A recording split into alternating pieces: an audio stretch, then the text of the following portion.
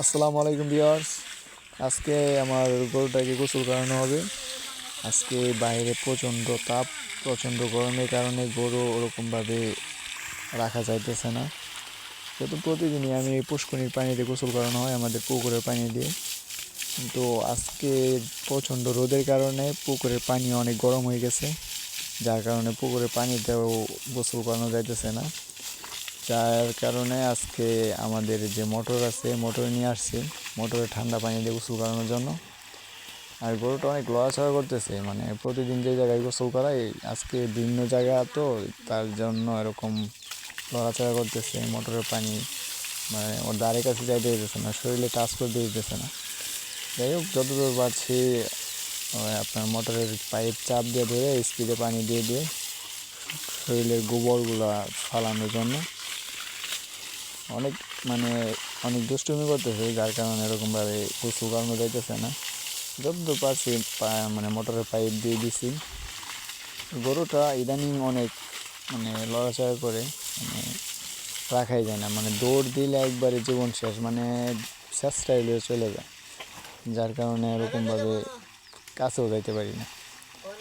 যেহেতু সামনে গরুটা বিক্রি করে দিব, তাই ভালো করে শরীর মানে পরিচর্যাটা ভালো করে করতেছি, খাওয়া দাওয়া সব কিছুই টাইম টু টাইম দিতেছি, যাতে গরুটা শুকিয়ে না যায়। কারণ গরুটা তো বিক্রি করে দিলে আপনার ভালো মানে খাবার ভালোভাবে পরিষ্কার পরিচ্ছন্ন রাখতে হবে, যার জন্য এরকমভাবে রাখতেছি। চিন্তা ভাবনা করতেছি যে গরুটা আর 2.5 থেকে 3 মাস লালন পালন করব, তারপর বিক্রি করে দেবো। আমি শর্ট ভিডিও দেওয়া আছে যে আমার প্রতি 3 দিন পর 4 দিনের দিন আপনার আমাদের ভিটামিন ইনজেকশন করতেছি, আর 2 কেজি করে ব্রয়লার খাদ্য। এটা আপনার প্রতিদিন সকালে 1 কেজি, বিকালে 1 কেজি। আর বাইরে অনেক রোদ থাকার কারণে আমার নিজের শরীরও গরম হয়ে যাইতেছে, যার কারণে আমি নিজে একটু শরীরে পানি দিয়ে নিলাম। আর গরুকেও পানি দিতেছি বারবার, যেন তার শরীরটা ঠান্ডা থাকে, গরম শরীরে যেন গরম না আটকে, এর জন্য বারবার পানি দিয়ে দিয়েছি। অনেকক্ষণ সময় নিয়ে গরুটাকে গোসল করাইলাম, যাতে তার শরীরটা ঠান্ডা থাকে সারাদিন। কিছুক্ষণ পর হয়তো বা 2 ঘন্টা 2.5 ঘন্টা পর আবারও গোসল করে দেওয়া হবে, যেহেতু বাইরে প্রচুর গরম, যার কারণে বারবার গোসল করাই দিতেছি। আর গরুটা দেখেন যে গরুটার দড়ি ছাড়লে এরকমভাবে দৌড় দেয়, মানে দৌড়ে রাখা যায় না, এরকম অবস্থা।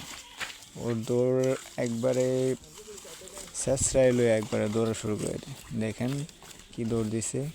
আর আমাদের ওই জায়গায় আরেকটা সার আছে, ওই সারের ওর কাছে গেছে, যে দুইটা একবারে গোতাগুতি শুরু করে দিছে। আর দুইটা রাখার মতো মানে অবস্থা ছিল না, যার কারণে হাত থেকে ফসকে এরকমভাবে দুইটা একসাথে গোতাগুতি করতেছে।